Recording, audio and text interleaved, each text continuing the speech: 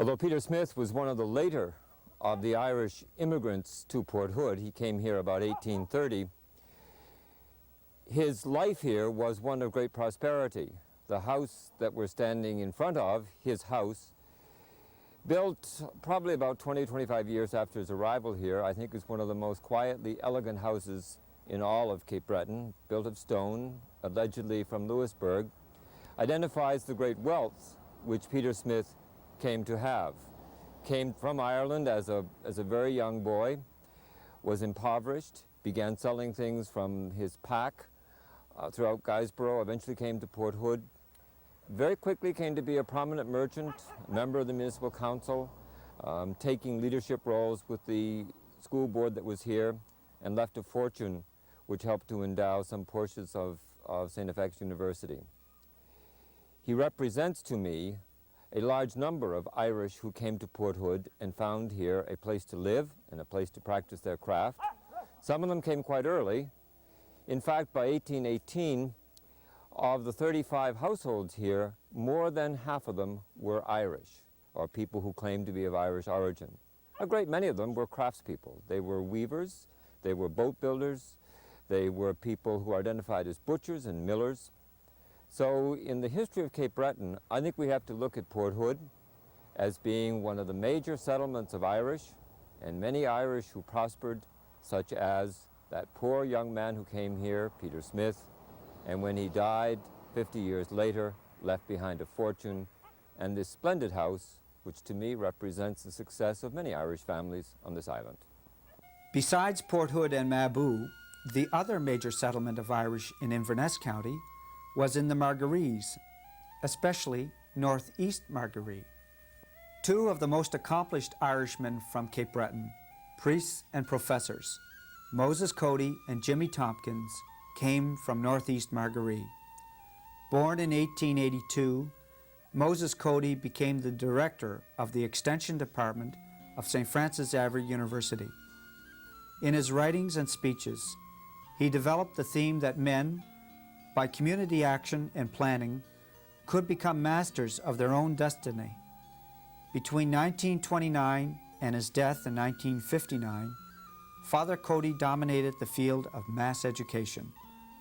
During the 1930s and the 1940s, Moses Cody moved throughout villages in Cape Breton and organized cooperatives among fishermen. Moses Cody's mentor and cousin, Jimmy Tompkins, was the priest who started the movement towards adult education through cooperative action on Cape Breton. The legacy of Moses Cody and Jimmy Tompkins can be seen in the cooperative stores and the strong credit union movement in towns and villages throughout Cape Breton. Jimmy Tompkins and Moses Cody were born in this house in northeast Margaree. The rapid industrialization of Cape Breton at the end of the 19th century produced dramatic changes. Besides providing employment for the miners in the collieries, the coal mines stimulated the lumbering, shipbuilding, and shipping industries. Incorporated in 1904, the new city of Sydney grew up around the older colonial town. Following the establishment of the steel complex in 1900, Sydney's population mushroomed from 3,659 in 1891 to 17,723 by 1911. The new coal mines and steel plants stimulated large-scale immigration to Cape Breton. Irish from Newfoundland and returning Irish from the United States settled in the Sydney area. They were joined by a few thousand people from overseas, such as Ukrainians, Poles, and Hungarians from Eastern Europe, Italians and Lebanese from the Mediterranean, and blacks from the West Indies. The immigration of peoples to Cape Breton at the beginning of the 20th century paled in comparison to the internal migration of native Cape Bretoners to the coal towns from the counties of Inverness, Victoria, and Richmond.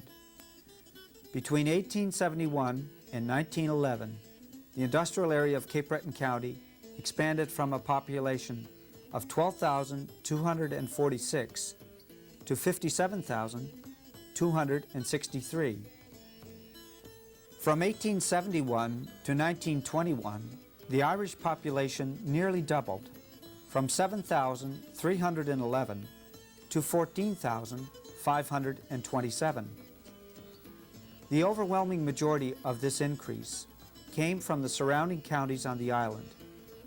The migration of the rural Irish to the coal towns followed a set pattern.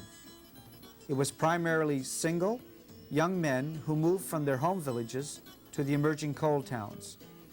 But they did so within the context of a wider kin network.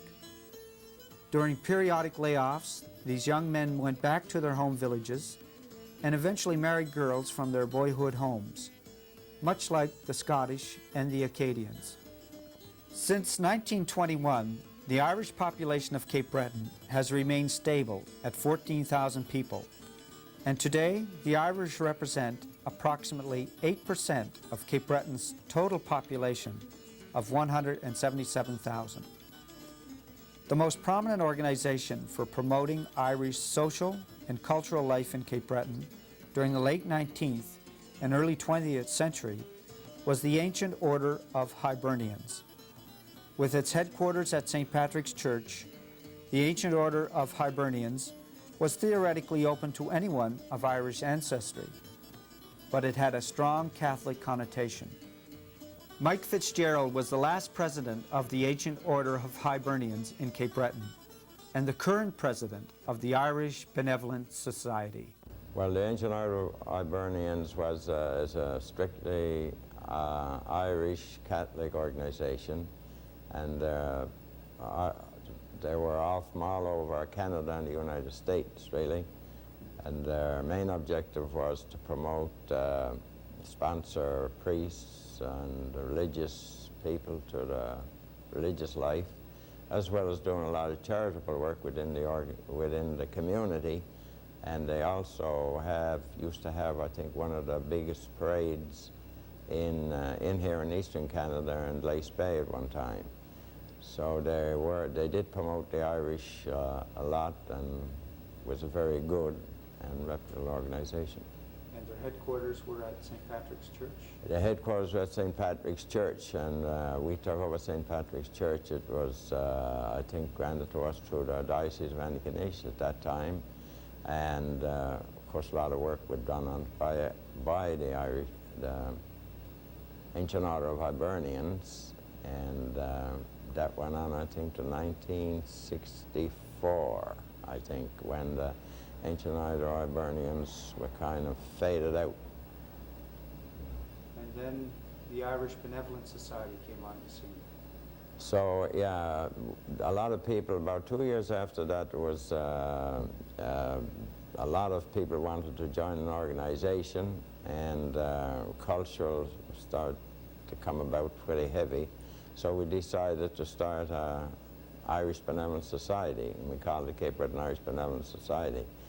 And it meant then that anyone from Irish, all backgrounds, whether you be Protestant, Catholic, or religion had no bearing on it, neither did politics. So we started off in 1966, I think it was, yes.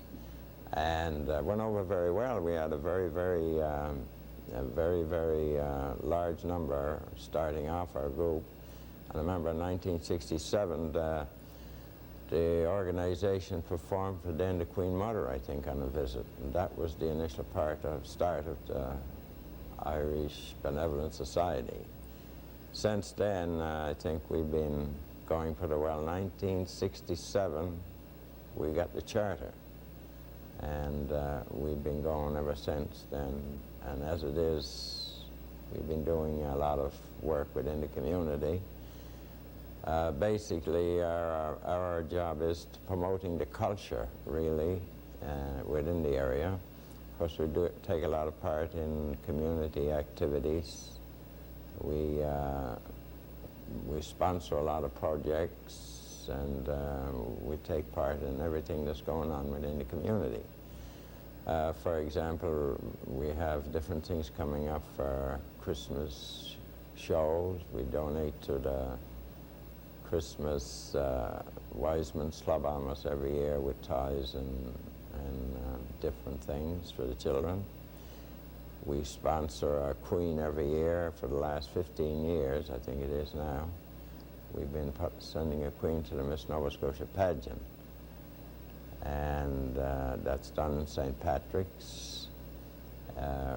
We have a float in the parades, like Action Week, we take an active part. And also take an active part at Christmas parades and many other any activities we're in the city we're involved in.